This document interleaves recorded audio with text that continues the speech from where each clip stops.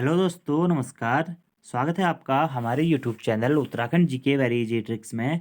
और आज की इस वीडियो में हम Uttarakhand GK test series part 46 के बारे में बात करने वाले हैं। और हमारी ये सीरीज दोस्तों उत्तराखंड के सभी एग्जाम्स वीडियो वीपीडीओ सहित 854 पदों, खनिज सहायक के 746 पदों तथा आगामी पटवारी पुलिस सभी एग्जाम्स के लिए काफ़ी महत्वपूर्ण क्लास है। और ये हमारी एक पोस्टमार्टम क्लास है जिसमें हम डेली 10 प्रश्नों के बारे में बात करते हैं और 10 प्रश्नों से संबंधित 100 प्रश्न के बारे में हम बात करते हैं। और ये सीरीज हमारी काफ़ी इंपॉर्टेंट है, इसमें हम हर क्वेश्चन को काफ़ी डिटेल में पढ़ते हैं ताकि जो भी प्रश्न उस टॉपिक से पूछा जाए वो हमारा ना छूटे। तो आज की इस वीडियो में भी हम 10 प्रश्नों के बारे में बात करेंगे और एक क्वेश्चन आपका होमवर्क का क्वेश्चन रहने वाला है जिसका आंसर आपको कमेंट बॉक्स में जरूर देना है। और दोस्तों, अगर आपको आज की वीडियो पसंद आती है तो वीडियो को लाइक जरूर करना है, कमेंट जरूर करना है और अपने दोस्तों के साथ में भी शेयर वीडियो को ज़्यादा से ज़्यादा करना है। और अगर आपने इससे पहले के 45 पार्ट नहीं देखे हैं तो प्लेलिस्ट पे जाके पोस्टमार्टम सीरीज वाली जो प्लेलिस्ट है हमारी उस पर जाके वो पार्ट आप जरूर देख लीजिएगा। निश्चित ही आपको एग्जाम में यहाँ से हेल्प मिलेगी। तो चलिए शुरू करते हैं। और आज का हमारा पहला प्रश्न है, शिवालिक पर्वत श्रृंखला के चोटियों की ऊंचाई कितनी होती है? तो शिवालिक पर्वत श्रृंखला की चोटियों की दोस्तों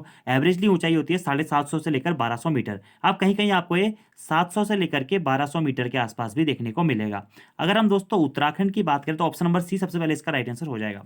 उत्तराखंड की बात करें तो उत्तराखंड का दोस्तों भौगोलिक विभाजन मुख्यतः 8 प्रकार से किया जाता है। 8 प्रकार से उत्तराखंड का भौगोलिक किया जाता है। तो उत्तराखंड का जो सबसे दक्षिणी भाग है वो कौन सा है दोस्तों? वो है गंगा का मैदानी क्षेत्र। इसके उत्तर में आएंगे आप तराई क्षेत्र, फिर इसके उत्तर में आएंगे हो जाएगा भाबर क्षेत्र, फिर इसके थोड़ा सा उत्तर में आएंगे आप फिर आ जाएगा या शिवालिक क्षेत्र, ठीक है, या शिवालिक हिमालय, ठीक है। शिवालिक हिमालय के थोड़ा सा ऊपर आएंगे आप उत्तर की ओर को तो यहाँ पे आता है हमारा दून या द्वार क्षेत्र। दून या द्वार क्षेत्र जिसमें जो प्रमुख दून है वो है देहरादून और प्रमुख द्वार है हरिद्वार। उसके थोड़ा सा ऊपर उत्तर की ओर को आएंगे तो यहाँ पे आएगा लघु और मध्य हिमालय। फिर इसके उत्तर को आएंगे दोस्तों तो यहाँ पे बृहत हिमालय या महान हिमालय। और सबसे उत्तरी भाग जो है हमारा उत्तराखंड का क्या ट्रांस हिमालय रहता है। तो इन 8 भागों में क्या होता है उत्तराखंड का भौगोलिक विभाजन किया जाता है। और वहीं दोस्तों अगर हम बात करें कि हिमालय का मुख्यतः कितने भागों में विभाजन किया जाता है तो हिमालय का 4 भागों में विभाजन किया गया। सबसे दक्षिणी हिमालय होता है हमारा शिवालिक क्षेत्र या शिवालिक हिमालय या बाह्य हिमालय। इसके उत्तर में होता है दोस्तों हमारा लघु हिमालय या मध्य हिमालय। फिर इसके उत्तर में जाता है बृहत हिमालय या महान हिमालय और उसके बाद में सबसे जो उत्तरी हिमालय हमारा होता है वो होता है ट्रांस हिमालय। तो प्रश्न क्या पूछा गया है कि शिवालिक पर्वत श्रृंखला या शिवालिक हिमालय की ऊंचाई कितनी होती है? तो अप्रोक्सीमेटली दोस्तों 750 से लेकर के 1200 मीटर तक शिवालिक पर्वत श्रृंखला की ऊंचाई होती है। आप शिवालिक क्षेत्र के बारे में थोड़ा सा जानते हैं दोस्तों। शिवालिक क्षेत्र को हिमालय का पाद प्रदेश या बाह्य हिमालय भी कहा जाता है। याद रखना है आपको, शिवालिक क्षेत्र को हिमालय का पाद प्रदेश और बाह्य हिमालय भी कहा जाता है। और हिमालयी श्रृंखला में सबसे नवीन पर्वत श्रृंखला के रूप में भी शिवालिक क्षेत्र को ही जाना जाता है। और शिवालिक का अर्थ होता है दोस्तों क्या? शिव की भौहें। शिवालिक क्षेत्र की ऊंचाई मैंने आपको बताई दिया 750 से लेकर 1200 मीटर तक होती है। और हिमालयों के क्रम में सबसे नवीन हिमालय भी शिवालिक हिमालय को ही जाना जाता है। अभी दोस्तों ये शिवालिक हिमालय है यह मैदानी क्षेत्र से किस रेखा द्वारा अलग होता है? यहाँ पे जो गंगा का मैदानी क्षेत्र है या तराई भाबर क्षेत्र है उससे शिवालिक क्षेत्र किस रेखा द्वारा अलग होता है? वो होता है HFF रेखा द्वारा, यानी कि हिमालयन फ्रंटेड फॉल्ट, हिमालयी अग्र भ्रंश रेखा द्वारा शिवालिक हिमालय गंगा के मैदानी क्षेत्र या तराई भाबर क्षेत्र से अलग होता है। वहीं हमारा अगला प्रश्न आता है कि ये शिवालिक क्षेत्र या शिवालिक हिमालय लघु या मध्य हिमालय से किस रेखा द्वारा अलग होता है? तो वो होता है दोस्तों MBT लाइन, यानी कि मेन बाउंड्री थ्रस्ट, यानी कि मुख्य भ्रंशन रेखा द्वारा अलग होता है। इतने पॉइंट आपको फिलहाल दोस्तों यहाँ से शिवालिक पर्वत श्रृंखला से याद रखते हैं। अब शिवालिक पर्वत श्रृंखला की ऊंचाई होती है 750 से लेकर के 1200 मीटर तक। और यही दोस्तों मैदानी क्षेत्रों की ऊंचाई की बात करें तो 300 मीटर से कम का जो हाइट वाला एरिया होता है मैदानी क्षेत्र। 300 से लेकर के या 350 से लेकर के 700 मीटर तक का जो क्षेत्र होता है दोस्तों ये आता है हमारा दून या द्वार क्षेत्र की ऊंचाई। 750 से लेकर के 1200 मीटर तक की ऊंचाई है दोस्तों वह उत्तराखंड में शिवालिक पर्वत श्रृंखलाओं की ऊंचाई है, ठीक है। 1200 मीटर से लेकर के दोस्तों 4500 मीटर तक उत्तराखंड में लघु या मध्य हिमालय की ऊंचाई है। और 4500 मीटर से लेकर के 7817 मीटर उत्तराखंड की सबसे ऊंची चोटी कौन सी है दोस्तों? नंदा देवी पश्चिमी, जिसकी ऊंचाई है 7817 मीटर।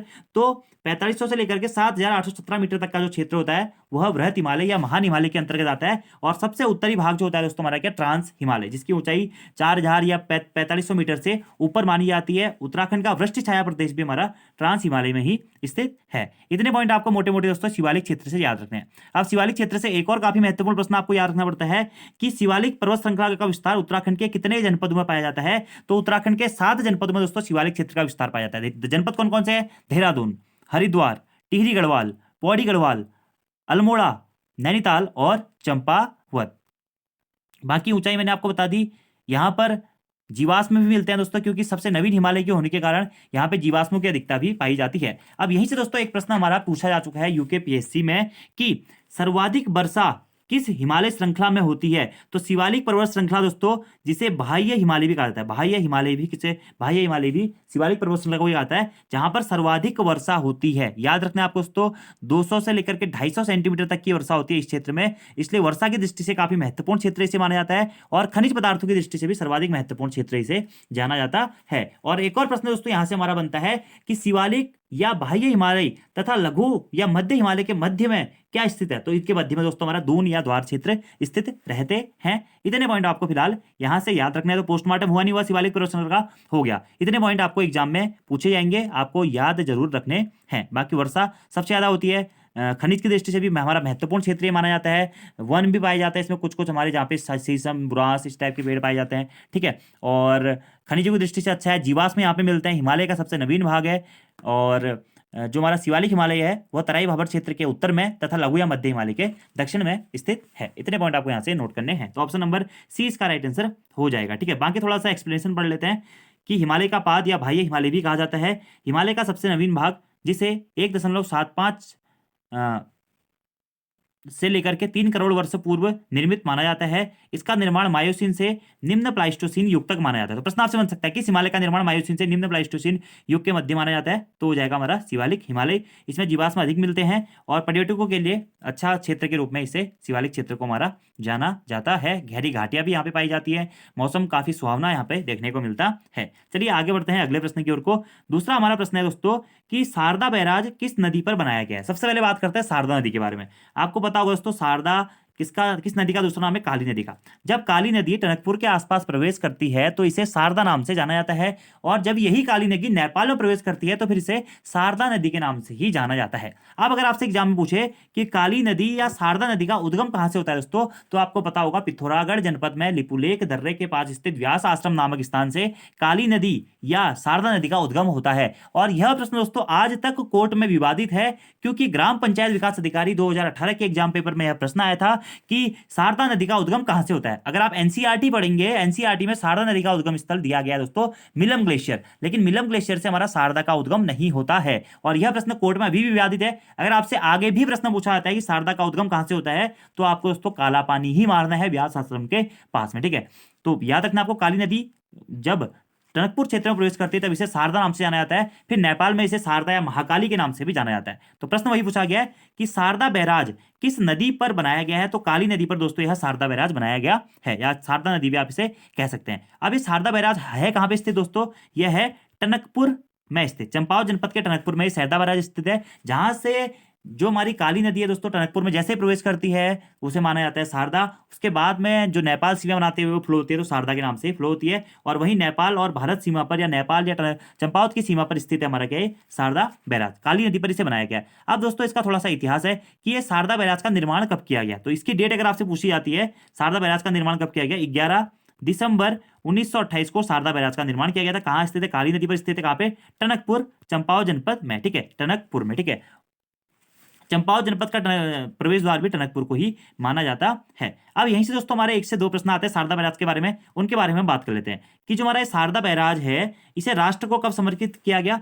तो 11 दिसंबर 1928 को किया गया। किसके द्वारा किया गया था, सर मैल्कम हैली के द्वारा इसे राष्ट्र को समर्पित किया गया था। अगला प्रश्न है कि शारदा नहर का निर्माण कार्य कब शुरू हुआ था। 1918 में शारदा नहर का निर्माण कार्य शुरू हुआ था। शारदा संधि किस किस के मध्य में हुई, तो नेपाल सरकार और ब्रिटिश सरकार के बीच में 1920 में सबसे पहले शारदा संधि होती है। इसके बाद में आता है टनकपुर समझौता कब हुआ, तो भारत और नेपाल के मध्य में 6 दिसंबर 1991 को टनकपुर समझौता होता है। और यहीं से अगला प्रश्न आता है कि महाकाली संधि कब होती है, तो 1996 में भारत और नेपाल सरकार के बीच में यह महाकाली संधि होती है। इतने पॉइंट आपको शारदा बैराज से संबंधित याद रखने हैं, ठीक है। और शारदा नदी फिर जैसे नेपाल में प्रवेश करती है, ब्रह्मदेव मंडी भी कहाँ स्थित है, टनकपुर के पास में ही स्थित है, ठीक है। टनकपुर को दोस्तों राष्ट्रीयगंज क्षेत्र के रूप में भी जाना जाता है, और मिस्टर टनक के नाम से इसका नाम पड़ा था हमारा क्या, टनकपुर। चंपावत जनपद के प्रवेश द्वार के रूप में भी टनकपुर को ही जाना जाता है। इतने पॉइंट आपको टनकपुर से याद रखने हैं। तो टनकपुर भी कौन सी नदी के किनारे हो जाएगा, हमारा शारदा नदी के किनारे स्थित शहर के रूप में इसे जाना जाता है। इतने पॉइंट आपको टनकपुर से दोस्तों याद रखने हैं, महत्वपूर्ण हैं। आगे बढ़ता है। बाकी ये समझौता भी याद रखना, प्रश्न भी एग्जाम में आपसे बन जाएगा कि महाकाली संधि भारत और नेपाल के मध्य में कब हुई थी? 1996 में हुई थी। टनकपुर समझौता कब हुआ था? 6 दिसंबर 1991 को हुआ था। शारदा संधि नेपाल और ब्रिटिश सरकार के मध्य में कब हुई थी? 1920 में हुई थी। इतने पॉइंट आपको याद रखने हैं। अगले प्रश्न की बात करते हैं कि स्वतंत्रता प्राप्ति तक कुमाऊं मंडल में कितने जिले थे? अच्छा प्रश्न है दोस्तों कि स्वतंत्रता प्राप्ति तक कुमाऊं मंडल में कितने जिले थे। तो अगर हम इसके सीधे सीधे आंसर की बात करें तो स्वतंत्रता प्राप्ति तक उत्तराखंड में दोस्तों हमारे कितने जिले थे? 3 जिले थे। कौन कौन से जिले थे स्वतंत्रता प्राप्ति तक? पौड़ी, गढ़वाल, अल्मोड़ा और नैनीताल। अब बात करते हैं पौड़ी गढ़वाल जनपद की स्थापना कब हुई थी दोस्तों? 1839 में पौड़ी गढ़वाल जनपद की स्थापना होती है। ठीक है, परीक्षा वाणी में 1840 दिया गया है, उसे आप संशोधित कर लीजिएगा। 1839 में पौड़ी गढ़वाल जनपद की स्थापना हुई थी और 1840 में ब्रिटिश गढ़वाल का जो मुख्यालय है दोस्तों वह श्रीनगर से हटाकर पौड़ी गढ़वाल स्थानांतरित कर दिया गया था। अल्मोड़ा जनपद की स्थापना कब होती है? 1891 में अल्मोड़ा जनपद की स्थापना होती है और नैनीताल जनपद की स्थापना भी होती है दोस्तों कब? 1891 में। और स्वतंत्रता प्राप्ति तक कुमाऊं मंडल में या कुमाऊं में हमारे केवल ये 3 ही जनपद थे। आपको पता ही है उस टाइम पे हमारी कुमाऊं कमिश्नरी चलती थी। ठीक है, कुमाऊं कमिश्नरी का गठन अगर पूछा जाएगा तो 1815 में सबसे पहले कुमाऊं कमिश्नरी का आंशिक रूप से गठन हुआ था 3 मई 1815 को, जब इसके प्रथम कमिश्नर बनते हैं ई गार्डनर साहब, प्रथम कुमाऊं कमिश्नर ई गार्डनर। तब हमारा कुमाऊं कमिश्नरी का गठन होता है और कुमाऊं कमिश्नरी उस टाइम पे कुमाऊं जनपद के रूप में कार्य करती है जो कि पूरे उत्तराखंड पर शासन करती है। फिर इसी कुमाऊं कमिश्नरी से या कुमाऊं जनपद के अंतर्गत ही ब्रिटिश गढ़वाल भी हमारा शासन करता है। उसके बाद में 1839 में हमारा जनपद बनाया जाता है पौड़ी गढ़वाल जनपद और कुमाऊं कमिश्नरी के अंतर्गत ही दोस्तों ये जनपद बनाया जाता है। तो 1839 में हमारे क्या होते हैं? 2 जनपद होते हैं, एक कुमाऊं जनपद और दूसरा पौड़ी गढ़वाल जनपद। और ये जो पौड़ी गढ़वाल जनपद होता था ये भी कुमाऊं कमिश्नरी के ही अंतर्गत आता था। इसके बाद में दोस्तों जब 1891 की बात आई तो 1891 में जो हमारा पहले कुमाऊं जनपद था उस कुमाऊं जनपद को 2 भागों में विभक्त कर दिया गया। एक भाग बना इसका हमारा अल्मोड़ा जनपद और दूसरा बना नैनीताल जनपद। तो 1891 में अल्मोड़ा और नैनीताल 2 जनपदों की स्थापना होती है। इसी कारण प्रश्न पूछा गया कि स्वतंत्रता प्राप्ति तक यानी कि 1947 तक कुमाऊं मंडल में कितने जिले थे हमारे? स्वतंत्रता प्राप्ति तक या कुमाऊं मंडल में हमारे 3 जिले थे। ये 3 जिले। अब दोस्तों यहीं से एक हमारा प्रश्न आता है। अब आप लोग सोचेंगे कि सर हमने यहाँ पे देहरादून को क्यों नहीं शामिल किया, क्योंकि देहरादून जनपद की स्थापना भी तो 1817 में हो जाती है। आपकी बात सही है दोस्तों कि देहरादून जनपद की स्थापना 1817 में हुई थी, लेकिन जैसे ही देहरादून जनपद की स्थापना हुई देहरादून को मेरठ मंडल में स्थानांतरित कर दिया गया था। मेरठ मंडल में इसे स्थानांतरित कर दिया गया था यानी कि कुमाऊं कमिश्नरी के अंतर्गत नहीं आता था, इसलिए हम इसे कुमाऊं मंडल का भाग नहीं मानते हैं। तो प्रश्न आपसे एग्जाम में एक बार पूछा गया दोस्तों कि देहरादून जनपद की स्थापना के बाद में इसे किस मंडल में शामिल कर दिया गया था? तो इसे मेरठ मंडल में शामिल कर दिया था। यहीं से हमारा फिर प्रश्न आता है कि इस देहरादून जनपद को मेरठ मंडल से गढ़वाल मंडल में कब शामिल किया गया? तो 1975 में फिर इसे गढ़वाल मंडल में शामिल किया गया था। इतने पॉइंट आपको यहां से याद होने चाहिए। ठीक है, तो स्वतंत्रता प्राप्ति तक कितने जिले थे? 3 जनपद थे, आपको याद रखना है, नैनीताल, अल्मोड़ा और पौड़ी गढ़वाल। ठीक है, और जो हमारा देहरादून था वह किसके अंतर्गत था उस टाइम पे? वह मेरठ मंडल या मेरठ कमिश्नरी के अंतर्गत था। अब यहीं से 102 फैक्टर और आते हैं दोस्तों कि कुमाऊं कमिश्नरी का गठन कब हुआ। अब कुमाऊं कमिश्नरी के गठन की ना अलग अलग डेट है, कहीं कहीं आप 1815 देखेंगे, कहीं कहीं आप 1839 देखेंगे, कहीं कहीं आप 1854 देखेंगे। तो आप तीनों नोट कर लीजिएगा, जो भी आपको एग्जाम में ऑप्शन मिल जाए वो सही कर लीजिएगा। अब आती है कि गढ़वाल कमिश्नरी या गढ़वाल मंडल का गठन कब हुआ। तो गढ़वाल मंडल का गठन हुआ दोस्तों हमारा कब? 1 जनवरी 1969, 1 जनवरी 1969 को गढ़वाल मंडल का गठन हुआ था। और जब हमारा गढ़वाल मंडल का गठन हुआ था इससे पहले दोस्तों जितने भी जनपद आते थे वह कुमाऊं कमिश्नरी या कुमाऊं मंडल के ही अंतर्गत आते थे। और जब गढ़वाल मंडल का गठन हुआ इससे पहले हमारे उत्तराखंड में कितने जनपद बने हुए थे दोस्तों? 7 जनपद बने हुए थे। 3 तो यही हो गए। ठीक है, चौथा आ जाता है इसके बाद में दोस्तों टिहरी गढ़वाल। टिहरी गढ़वाल जनपद की स्थापना होती है 1 जनवरी 1949 को। ठीक है, मतलब 1949 में स्थापना होती है टिहरी गढ़वाल जनपद की। ऐसे ही अगला फैक्टर जो हमारा आता है चमोली, पौड़ी गढ़वाल, चमोली, बागेश्वर, जमुई, पिथौरागढ़ और उत्तरकाशी, इन 3 जनपदों की स्थापना होती है 24 फरवरी 1960 को। इन चमोली, पिथौरागढ़, उत्तरकाशी 24 फरवरी 1960 को इनकी स्थापना होती है। बाकी टिहरी गढ़वाल जनपद की स्थापना 1 अगस्त 1949 को टिहरी गढ़वाल जनपद की स्थापना होती है। और अल्मोड़ा जनपद 1891 हो गया, नैनीताल जनपद 1891 हो गया और जो हमारा पौड़ी गढ़वाल जनपद है 1839। ये 7 जनपद उससे पहले कुमाऊं कमिश्नरी के ही अंतर्गत आते थे। तो अगर आपसे प्रश्न बनता है कि गढ़वाल कमिश्नरी बनने से पहले कुमाऊं कमिश्नरी में कितने जनपद आते थे, तो 7 जनपद आते थे। इतने पॉइंट आपको यहां से याद रखने। आपने पढ़ा होगा हाल ही में कि उत्तराखंड में 3 मंडल बन गए। 3 मंडल कौन कौन से बने हैं? कुमाऊं मंडल जो पहले से था, गढ़वाल मंडल ये भी पहले से था, और अभी हाल ही में दोस्तों गैरसैंण मंडल को बना दिया गया। अगर आपसे अब एग्जाम उत्तराखंड के एग्जाम में प्रश्न पूछा जाता है कि उत्तराखंड में कितने मंडल है दोस्तों, उत्तराखंड में 3 मंडल है। तो कुमाऊं मंडल में कितने जनपद है वर्तमान में, कुमाऊं मंडल में 4 जनपद है। गढ़वाल जनपद में कितने मंडल है, 5 मंडल है। और गैरसैंण मंडल में कितने जनपद है दोस्तों, गैरसैंण मंडल में 4 जनपद हैं। अब गैरसैंण मंडल किन किन जनपदों को मिलाकर बनाया गया है, तो ये आपको याद रखना है दोस्तों।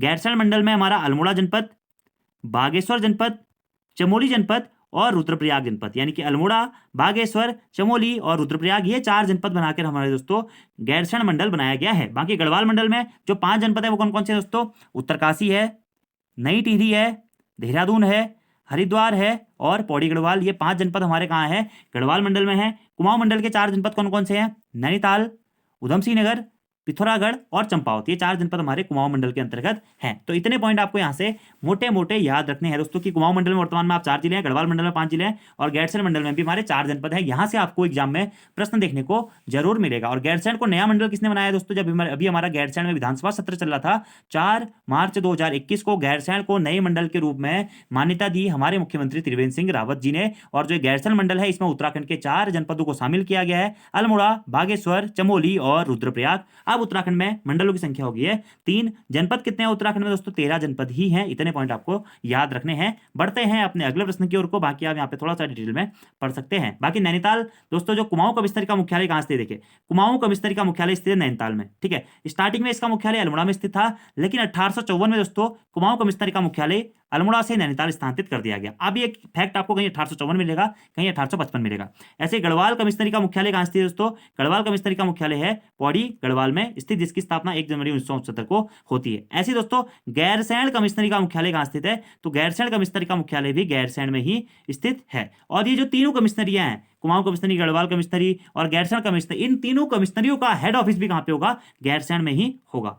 अगला प्रश्न है कि मातृका ताल किस जनपद में स्थित है। महत्वपूर्ण प्रश्न है दोस्तों कि ये मातृका ताल किस जनपद में स्थित है, तो मातृका ताल चमोली जनपद में स्थित है। और इसी मातृका ताल को दोस्तों देवियों का ताल नाम से भी जाना जाता है। और ये चमोली में फूलों की घाटी क्षेत्र में स्थित है, ठीक है। फूलों की घाटी के अंतर्गत स्थित है क्या, मातृका ताल, और इसे देवियों की ताल नाम से भी जाना जाता है चमोली में। इसके अलावा हमारा रूपकुंड, होमकुंड, बेनीताल, विष्णुताल और काकभुसुंडी ताल, ये सभी हमारी चमोली में ही स्थित है, ठीक है। इतने पॉइंट आपको याद रखने हैं।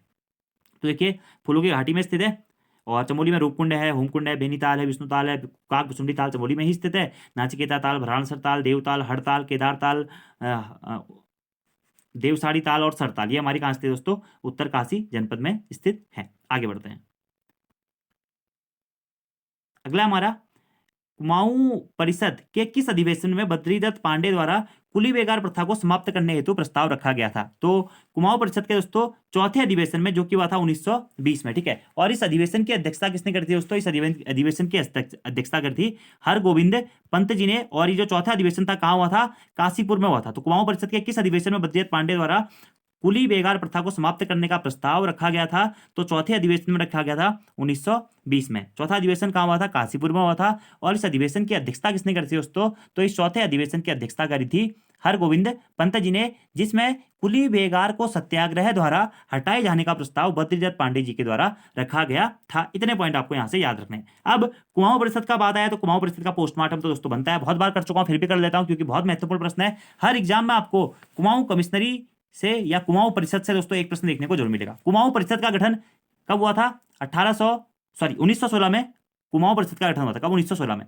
कुमाऊं परिषद की प्रथम बैठक भी कब हुई थी दोस्तों, 1916 में ही कुमाऊं परिषद की प्रथम बैठक भी हुई थी। कहाँ हुई थी, अल्मोड़ा के मझिला नामक स्थान पर कुमाऊं परिषद की प्रथम बैठक हुई थी। और कुमाऊं परिषद की स्थापना भी 1916 में ही हुई थी, नारायण दत्त छिंबवाल जी की अध्यक्षता में। अब देखिए बैठक भी 1916 में ही हुई। अब यहीं से अगर आपसे प्रश्न पूछाता है कि कुमाऊं परिषद का प्रथम अधिवेशन कब हुआ, तो कुमाऊं परिषद का प्रथम अधिवेशन हुआ था दोस्तों कब, 1917 में। याद रखना आपको, कुमाऊं परिषद का प्रथम अधिवेशन 1917 में हुआ था। और इस अधिवेशन की अध्यक्षता करती किसने, जयदत्त जोशी जी ने। जयदत्त जोशी जी ने इस अधिवेशन की अध्यक्षता करती है और यह अधिवेशन कहाँ हुआ था, अल्मोड़ा में हुआ था। कुमाऊं परिषद का दूसरा अधिवेशन कहाँ हुआ, 1918 में हुआ दोस्तों, कहाँ पे, हल्द्वानी में। और इस अधिवेशन की अध्यक्षता किसने करी थी, तारा दत्त गैरोला जी ने इसकी अध्यक्षता करी थी। कुमाऊं परिषद का तीसरा अधिवेशन कहाँ हुआ दोस्तों, ये हुआ था कोटद्वार में। कहाँ पे, कोटद्वार में। कब हुआ था, 1919 में। और बद्रीदत्त जोशी जी के द्वारा इस अधिवेशन की अध्यक्षता की गई थी। कुमाऊं परिषद का चौथा अधिवेशन हुआ था 1920 में काशीपुर में। इस अधिवेशन की अध्यक्षता हरगोविंद पंत जी ने करी थी। कुमाऊं परिषद का 5वां अधिवेशन हुआ था दोस्तों कहाँ पे, 1923 में टनकपुर में, जिसकी अध्यक्षता बद्रीदत्त पांडे जी ने करी थी। और कुमाऊं परिषद का छठा और अंतिम अधिवेशन 1926 में रानीखेत में हुआ था, जिसकी अध्यक्षता मुकुंदी लाल जी के द्वारा की गई थी। और 1917 से लेकर के दोस्तों 1926 तक कुमाऊं परिषद के 6 अधिवेशन हुए। उसके बाद में 1926 में ही दोस्तों इस कुमाऊं परिषद का, जिसका गठन 1916 में हुआ था, इस कुमाऊं परिषद का विलय दोस्तों अल्मोड़ा कांग्रेस में कर दिया गया। तो प्रश्न ये भी इंपॉर्टेंट है कि कुमाऊं परिषद का विलय अल्मोड़ा कांग्रेस में कब किया गया, तो 1926 में किया गया। ठीक है। और अल्मोड़ा कांग्रेस की स्थापना कब की गई थी, यह प्रश्न पूछा था। तो अल्मोड़ा कांग्रेस की स्थापना दोस्तों 1912 में की गई थी। इतने पॉइंट आपको दोस्तों मोटे मोटे याद रखने हैं, जो कि एग्जाम्स के पॉइंट ऑफ व्यू से महत्वपूर्ण है। आगे बढ़ते हैं। तो देख सकते हैं आप, पहला जयदेव जोशी, दूसरा हल्द्वानी दादा गहरुला, तीसरा कोटद्वार बद्रीदत्त जोशी, चौथा काशीपुर में हुआ था हरगोविंद पंत ने, पांचवा 1923 बद्रीदत्त पांडे, और छठा 1926 रानीखेत में हुआ था, मुकुंदी लाल जी ने उसकी अध्यक्षता करी थी। अगला हमारा प्रश्न है दोस्तों, उत्तराखंड की जलवायु का अध्ययन सामान्य रूप से कितने आधार पर कर सकते हैं। अब दोस्तों ये भी हमारा अच्छा प्रश्न है कि उत्तराखंड की जलवायु का अध्ययन सामान्य रूप से मतलब सामान्य प्रकार से कितने रूप से कर सकते हैं। तो सामान्य रूप प्रकार से दोस्तों 3 रूप से उत्तराखंड की जलवायु का अध्ययन किया जाता है। अब ये 3 रूप कौन से हैं, ग्रीष्म ऋतु, शीत ऋतु और वर्षा ऋतु। याद रखना है आपको, ग्रीष्म ऋतु, शीत ऋतु और वर्षा ऋतु। अब ग्रीष्म ऋतु के बारे में थोड़ा सा जान लेते हैं दोस्तों कि उत्तराखंड में ग्रीष्म ऋतु को क्या कहते हैं, रूढ़ी या खरसाऊ कहते हैं। क्या कहते हैं दोस्तों, रूढ़ी या खरसाऊ कहते हैं। और ग्रीष्म ऋतु का टाइम पीरियड रहता है दोस्तों करीबन करीब मध्य मार्च से लेकर मध्य जून तक। ठीक है। और काफी गर्मी पाई जाती है इस टाइम पे। अगला आता है शीत ऋतु। शीत ऋतु को उत्तराखंड में दोस्तों शुंद या ह्युंद कहा जाता है। ठीक है। और शीत ऋतु का टाइम कब से कब तक रहता है, लगभग आप ये मान के चल सकते हैं दोस्तों कि नवंबर के बाद और मार्च तक हमारा ये शीत ऋतु का टाइम होता है। ठीक है। अगला आता है हमारा क्या, वर्षा ऋतु। वर्षा ऋतु को उत्तराखंड में चौमास या बसगाल कहा जाता है। आप ये मान के चल सकते हैं दोस्तों कि मध्य जून से लेकर अक्टूबर नवंबर तक हमारा जो टाइम पीरियड रहता है वह वर्षा ऋतु के अंतर्गत आता है। तो इंपोर्टेंट है, उत्तराखंड की जलवायु का अध्ययन सामान्य रूप से 3 प्रकार से कर सकते हैं, ग्रीष्म ऋतु, शीत ऋतु और वर्षा ऋतु। ग्रीष्म ऋतु यानी कि गर्मियों का समय, ग्रीष्म ऋतु को उत्तराखंड में रूढ़ी या खरसाऊ कहते हैं। शीत ऋतु को उत्तराखंड में शुंद या ह्युंद कहते हैं। और वर्षा ऋतु को उत्तराखंड में चौमास या बसगाल कहते हैं। अब यहीं से दोस्तों आपका प्रश्न आता है, ये तो है कि उत्तराखंड की जलवायु को सामान्य रूप से 3 प्रकार से बांटा गया। अब यहीं से अगर आपसे प्रश्न पूछा जाए दोस्तों कि एच.सी. खरक्वाल जी के द्वारा, एच.सी. खरक्वाल जी के द्वारा ऊंचाई, ताप या वनस्पतियों के अनुसार या ऊंचाई के अनुसार उत्तराखंड की जलवायु को कितने प्रकार से विभाजित किया गया है, तो एच.सी. खरक्वाल के द्वारा उत्तराखंड की जो जलवायु है दोस्तों उसे 6 प्रकार से विभाजित किया गया है। और ये 6 प्रकार कौन कौन से हैं, उपोष्ण जलवायु क्षेत्र, गर्म शीतोष्ण जलवायु क्षेत्र, शीत शीतोष्ण जलवायु क्षेत्र, एल्पाइन जलवायु क्षेत्र, हिमानी जलवायु क्षेत्र और शीत शुष्क जलवायु क्षेत्र। इतने पॉइंट आपको यहाँ से डायरेक्टली नोट डाउन कर लेने हैं। अब एक प्रश्न दोस्तों मैं आपसे पूछ रहा हूं कि उत्तराखंड में सर्वाधिक गर्मी किस जनपद में पड़ती है, उत्तराखंड में सर्वाधिक सर्दी किस जनपद में पड़ती है, और उत्तराखंड में सर्वाधिक वर्षा किस क्षेत्र में होती है। इन तीनों प्रश्नों के आंसर आपको कमेंट बॉक्स में जरूर देने हैं। और उत्तराखंड की जलवायु किस प्रकार की जलवायु है दोस्तों, अगर आपसे एग्जाम में यह प्रश्न पूछा जाता है तो उत्तराखंड की जलवायु दोस्तों शीतोष्ण प्रकार की जलवायु, यानी कि आप ये कह सकते हैं कि उत्तरी शीतोष्ण कटिबंधीय क्षेत्र के अंतर्गत आता है हमारा उत्तराखंड। तो प्रश्न आपसे बन सकता है कि उत्तराखंड किस क्षेत्र के अंतर्गत आता है, तो उत्तरी शीतोष्ण कटिबंधीय क्षेत्र के अंतर्गत हमारा उत्तराखंड आता है। इतने पॉइंट आपको यहां से मोटे मोटे दोस्तों याद रख लेने हैं। आगे बढ़ते हैं। एक्सप्लेनेशन आप पढ़ सकते हैं कि उत्तराखंड प्रदेश कर्क रेखा के उत्तर में स्थित है, तथापि उत्तराखंड की जलवायु ग्रीष्मकालीन मानसून द्वारा निर्धारित की जाती है। ये पॉइंट भी आपको डायरेक्टली नोट डाउन कर लेना है। आगे बढ़ते हैं। अगला हमारा प्रश्न है दोस्तों कि किस झील के मध्य में ज्वालामुखी आग्नेय चट्टानों द्वारा निर्मित एक टापनुमा भूखंड स्थित है जिस पर एक होटल है। तो ये तो सरल सा प्रश्न है दोस्तों। भीमताल झील जो कि कुमाऊं की सबसे बड़ी ताल मानी जाती है, उसमें के मध्य में ज्वालामुखी आग्नेय चट्टानों द्वारा निर्मित एक टापनुमा भूखंड स्थित है जिस पर एक होटल भी हमारा स्थित है। ठीक है। अब ये जो भीमताल है कहाँ पड़ता है दोस्तों, नैनीताल जनपद में पड़ता है। कुमाऊं का सबसे बड़ा ताल कौन सा है दोस्तों, भीमताल है। भीमताल की आकृति कैसी है दोस्तों, त्रिभुजाकार आकृति है और 3 पर्वतों से घिरे हुए ताल के रूप में इसे जाना जाता है। इसी भीमताल के पास में दोस्तों हमारा स्थित है क्या, भीमेश्वर महादेव मंदिर। क्या, भीमेश्वर महादेव मंदिर। और इस भीमेश्वर महादेव मंदिर का निर्माण किसने कराया था, बाज बहादुर चंद के द्वारा इस भीमेश्वर महादेव मंदिर का निर्माण किया गया था। ठीक है। इसी के साथ प्रश्न आता है कि कमल ककड़ी के लिए या कमल के फूल के लिए कौन सी झील प्रसिद्ध है, तो कमल ककड़ी या कमल की ककड़ी के लिए हमारी दोस्तों भीमताल झील ही प्रसिद्ध है। तो नैनीताल झील नैनीताल में ही स्थित है, भीमताल झील भी नैनीताल में स्थित है, और सतोपन ताल दोस्तों हमारी चमोली जनपद में स्थित है, और सहस्त्र ताल कहाँ स्थित है, यह टिहरी गढ़वाल जनपद में स्थित है। इतने पॉइंट आपको मोटे मोटे यहाँ से याद रख लेने हैं। आगे बढ़ते हैं दोस्तों। बाकी डिटेल आप यहाँ पे पढ़ सकते हैं। बाकी भीमेश्वर महादेव मंदिर कहाँ स्थित है, ये भी भीमताल में ही स्थित है, याद रखना आपको। और बाज बहादुर चंद्र जी के द्वारा इस मंदिर का निर्माण कराया गया था। और विक्टोरिया बांध भी दोस्तों हमारा ये भीमताल झील पर ही बना हुआ है। क्या, विक्टोरिया बांध, याद रखना आपको। आगे प्रश्न बढ़ते हैं। अगला प्रश्न है कि पगली का प्रताप या पगली का प्रलाप किसकी रचना है? चंद्रावती लखनपाल, गौरादत्त सिवानी, गौरापन सिवानी, मृणाल पांडे या विद्यावती डोभाल। अच्छा प्रश्न है दोस्तों कि पगली का प्रलाप रचना है दोस्तों विद्यावती डोभाल जी की। और विद्यावती डोभाल जी गढ़वाल की प्रथम महिला लेखिका थी। तो प्रश्न आपसे एग्जाम में बनता है कि गढ़वाल की प्रथम महिला लेखिका कौन थी, या गढ़वाल की प्रथम महिला कवयित्री कौन थी? वह थी विद्यावती डोभाल, जिनका जन्म सन 1902 में पौड़ी गढ़वाल जनपद में हुआ था। और इनकी एक प्रसिद्ध रचना है दोस्तों क्या, पगली का प्रलाप। ठीक है, इनकी प्रथम रचना कौन सी थी? अमृत की बूंद दोस्तों इनकी एक प्रमुख रचना रही है। चलिए इनके बारे में थोड़ा सा जान लेते हैं। विद्यावती डोभाल जी के बारे में, गढ़वाल की प्रथम महिला लेखिका कवित्री या समाजसेवी के रूप में इनको जाना जाता है। 1902 गढ़वाल में इनका जन्म हुआ था। इनकी प्रथम रचना है अमृत की बूंदें। तो प्रश्न बन सकता है आपसे कि अमृत की बूंदें किसकी रचना है? तो विद्यावती डोभाल जी की रचना है। इनकी अन्य रचनाएं हैं एवरेस्ट का देवता, खंडोरी कुल की विभूतियां, श्रीमती मंगला देवी जुयाल की जीवनी। ये इनकी कुछ प्रस्तुत रचनाएं मानी जाती है। सभी याद कर लिया दोस्तों, पगली का प्रलाप, अमृत की बूंदें, एवरेस्ट के देवता, ये इंपोर्टेंट है ज्यादा, और खंडोरी कुल की विभूतियां, श्रीमती मंगला देवी की जुयाल की जीवनी। अगला प्रश्न है दोस्तों, उत्तराखंड संघर्ष समिति का अध्यक्ष किसे बनाया गया था? तो उत्तराखंड संघर्ष समिति का सबसे पहले बात करते हैं किसका गठन कब हुआ था। तो उत्तराखंड संघर्ष समिति का गठन 1989 में हुआ था। महत्वपूर्ण प्रश्न दोस्तों। और इस समिति का अध्यक्ष किसे बनाया गया था? तो ये बनाया गया था द्वारिका प्रसाद उनियाल जी को।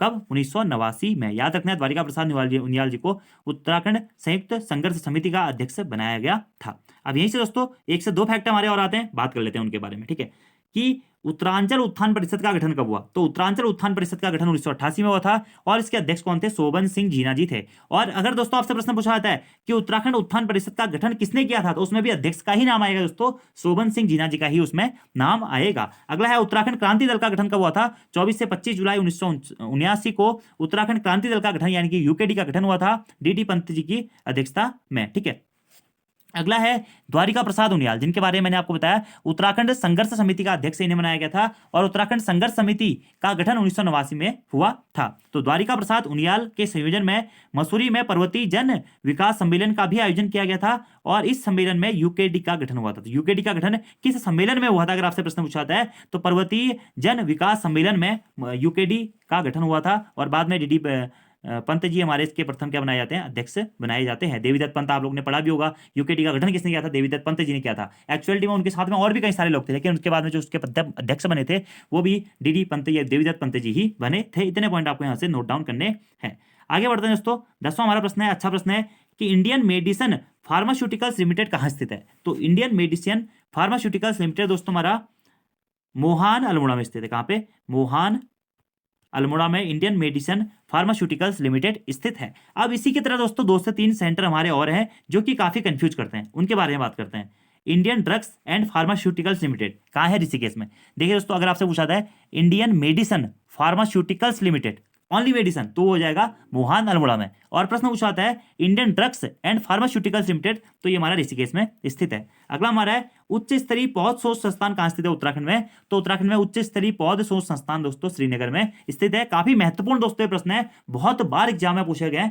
इतने पॉइंट आपको अगर आप याद कर लेते हो ना यार, आपकी उत्तराखंड तो वैसे ही कंप्लीट हो जाती है। आप दोस्तों अपने 45 पार्ट जो है ना, एक बार आप उन्हें फिर से देखिए, फिर से उन चीजों को रिवाइज कीजिए, अपने आप को कंपेयर कीजिए कि यार हाँ एक्चुअलिटी में आपको कुछ समझ में आ रहा है या नहीं आ रहा है। वीडियो की स्पीड बढ़ाइए, 2x में देखिए, 1.5x में देखिए, और उन चीजों को रिवाइज करिए। एक बार अगर आप रिवाइज कर लेते हैं ना उन सारे पार्टों को, तो आपकी मैं बता रहा हूं उत्तराखंड में आपका मोटा मोटा जो पकड़ है ना, वो एक बहुत अच्छी पकड़ आपकी बन जाएगी। और एग्जाम में प्रश्न अगर आएगा तो आप उसे टैकल करने के काबिल तो आसानी से बन जाएंगे दोस्तों, अगर आपने इतनी चीजें शिद्दत से पढ़ी हुई है, अच्छी तरीके से पढ़ी हुई है तो। ठीक है, तो उच्च स्तरीय पौध शोध संस्थान श्रीनगर में स्थित है। और Indian Institute of Ayurveda for Drug research centre, ये हमारा ताड़ीखेत अल्मोड़ा में स्थित है। सभी याद रखना है। Indian medicine pharmaceutical limited Mohan Almora में है। Indian drugs and pharmaceuticals limited Rishikesh में है। उच्च स्तरीय पौध शोध संस्थान श्रीनगर में है। और Indian Institute of Ayurveda for Drug Research Tarikhet Almora में स्थित है। और आज का दोस्तों आपका होमवर्क का क्वेश्चन है कि आंग्ल गोरखा युद्ध के समय में गवर्नर जनरल कौन था?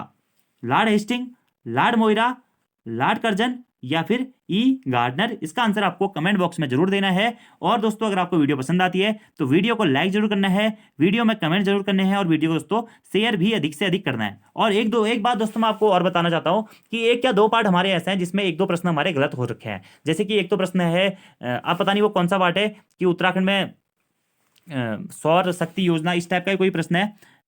सौर स्वरोजगार योजना की शुरुआत कब से हुई थी, तो मैंने उसमें आपको स्वरोजगार योजना बता दिया है। एक तो वो प्रश्न संशोधित करना है। इसी के साथ साथ में एक और प्रश्न मेरे द्वारा आपको बताया गया था कि जो हमारा गोपेश्वर मंदिर है उसे संरक्षण में कब रखा गया। ठीक है, तो इस प्रकार के एक दो प्रश्न है जो कि सही में मुझे कराने हैं, वो मैं आपको जल्द से जल्द सही कराने की कोशिश करूंगा। आगे आने वाले पार्ट में मैं आपको उनको सही भी करा दूंगा। हाँ, एक तो प्रश्न है, मैं आपको बता भी देता हूं कि आप देखिएगा set number 43, set number 43 question देखिएगा। उसमें नवा प्रश्न है 43 में कि पुरातत्व विभाग ने गोपेश्वर मंदिर को अपने संरक्षण में कब लिया। तो इसका जो राइट आंसर होगा दोस्तों वो होगा 1962। मैंने आपको 1972 बताया है, तो आंसर आप सही कर लीजिएगा 1962। एक दो किताबों में 1972 भी दिया गया लेकिन वो गलत है। ठीक है, तो पुरातत्व विभाग ने गोपेश्वर मंदिर को अपने संरक्षण में कब लिया, इसका आंसर हो जाएगा कब, 1962 में लिया। दोस्तों इस प्रश्न को आपको सही करना है। सेट नंबर 43, टेस्ट सीरीज 43 का नवा क्वेश्चन हमारा ये है 1962। आपको इसका आंसर जरूर कर लेना है दोस्तों। अगला हमारा प्रश्न है सेट नंबर 41 का दोस्तों 7वां प्रश्न। क्या प्रश्न था कि मुख्यमंत्री स्वरोजगार योजना का शुभारंभ कब से किया गया। तो दोस्तों ये क्वेश्चन थोड़ा सा गलत हो गया था, यहां पे होगा मुख्यमंत्री सौर स्वरोजगार योजना, सौर स्वरोजगार योजना। ठीक है, मुख्यमंत्री सौर स्वरोजगार योजना का शुभारंभ कब किया गया था, तब दोस्तों इसका आंसर आएगा कब, 8 अक्टूबर 2020 में मुख्यमंत्री सौर स्वरोजगार योजना का शुभारंभ किया गया था। ठीक है, तो सौर स्वरोजगार होगा। ठीक है, स्वरोजगार नहीं होगा क्योंकि स्वरोजगार योजना दोस्तों हमारी मई में शुरू हो जाती है, मई 2020 में। लेकिन मुख्यमंत्री सौर स्वरोजगार योजना पूछेगा तो वो होगी 8 अक्टूबर 2020। ये कुछ गलतियां आपको सही करनी है। इसी के साथ साथ दोस्तों कभी एक बार शायद एक वीडियो में और गलती हुई है मेरी कि हरिद्वार को किस मंडल से उत्तराखंड में शामिल किया गया था। तो हरिद्वार को दोस्तों सहारनपुर मंडल से उत्तराखंड में शामिल किया गया था। कब, कहां से, सहारनपुर मंडल से। और देहरादून को किस मंडल से उत्तराखंड में शामिल किया गया था, तो देहरादून को मेरठ मंडल से किया गया था। तो कभी कभी क्या होता है ना कि एक्सप्लेनेशन करते समय पे कुछ चीजें हमारे माइंड से दोस्तों स्किप हो जाती हैं। तो वो अगर आपको पढ़ाना कुछ और चाहते हैं कि मुंह से निकल कुछ और जाता है, फिर वीडियो रिकॉर्ड होने के बाद थोड़ा सा प्रॉब्लम हो जाती है। ठीक है, तो हरिद्वार को सहारनपुर मंडल से मिलाया गया उत्तराखंड में और देहरादून को मेरठ मंडल से उत्तराखंड में मिलाया गया है। ठीक है, और कुछ प्रश्न वो नमामि गंगे परियोजना वाला भी था। नमामि गंगे योजना की शुरुआत कब से हुई थी, उत्तराखंड में। तो दोस्तों उत्तराखंड में प्रश्न था वो, तो उत्तराखंड के हिसाब से 2016 में ही उसकी शुरुआत हुई थी। भारत के संदर्भ में देखोगे तब 2014 वाला आंसर आपका माना जाएगा। तो कुछ ऐसे डाउट्स हैं जो कि मैं आपको तब भी क्लियर करा दूंगा जब हम दोस्तों आपके होमवर्क के क्वेश्चन 50 पार्ट होते हैं, तो 51वां जो पार्ट आएगा वो होमवर्क के क्वेश्चन के ऊपर आएगा। तो यार आपसे रिक्वेस्ट है कि आप वीडियो को ज़्यादा से ज़्यादा शेयर जरूर किया करो अपने दोस्तों के साथ में, क्योंकि मोटिवेशन सबसे बड़ी चीज़ है दोस्तों। अगर आप लोग अच्छे व्यूज आएंगे वीडियो बनाने में, जितना मैं मेहनत आप लोगों के साथ में कर रहा हूँ, क्योंकि उतना टाइम नहीं हो पाता है आप लोग का। एक्चुअलिटी में हमारा कोर्स भी चलता है, तो कोर्स में मुझे वीडियो प्रोवाइड करनी होती है, यहाँ भी वीडियो प्रोवाइड कराता हूँ मैं, अपना टाइम निकाल के एडजस्ट करके आपको अच्छे से अच्छा कंटेंट देने की कोशिश कर रहा हूँ। तो आप लोग भी थोड़ा सा सपोर्ट कीजिए, अपने दोस्तों के साथ में चैनल को शेयर कीजिए, थोड़ा सा अच्छा लगेगा हमें भी कि जिस उद्देश्य से हम लोगों को पढ़ा रहे हैं वो उद्देश्य हमारा पूरा हो रहा है। तो आज की वीडियो में इतना ही दोस्तों। Thank you, thanks for watching video. See you next time. और इस क्वेश्चन का आंसर कमेंट बॉक्स में देना ना भूलें। धन्यवाद।